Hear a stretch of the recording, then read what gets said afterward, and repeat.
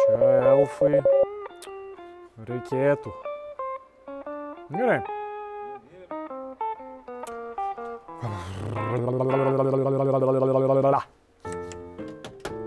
Trisdešimt 50 Kiškis Romas, Kalėdų radijas. Skubus pranešimas. Dėmesio, dėmesio. Mus pasiekė gandas, kad elfas nusprendė išmokti posakių. Būkite atsargus ir sutikę elfą, nepriimkite visko už tikrą pinigą. Čia toks posakis. Priešingo pusrutulio mokslininkai pingvinai nustatė, kad sunkiausias darbas yra nieko neveikti. Suabejoję šiomis išvadomis, mūsų redakcijos darbuotojai patys išbandė nieko neveikimą. Neiškentė nė 5 minučių, jie puolė darbuotis. Jokiu būdu nebandykite to namuose.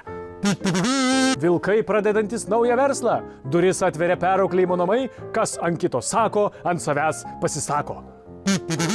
Šios dienos stebuklinga mintis – išmok pažiūrėti į veidrodį.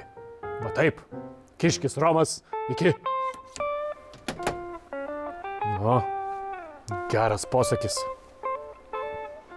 Visiems reikia. Ir man.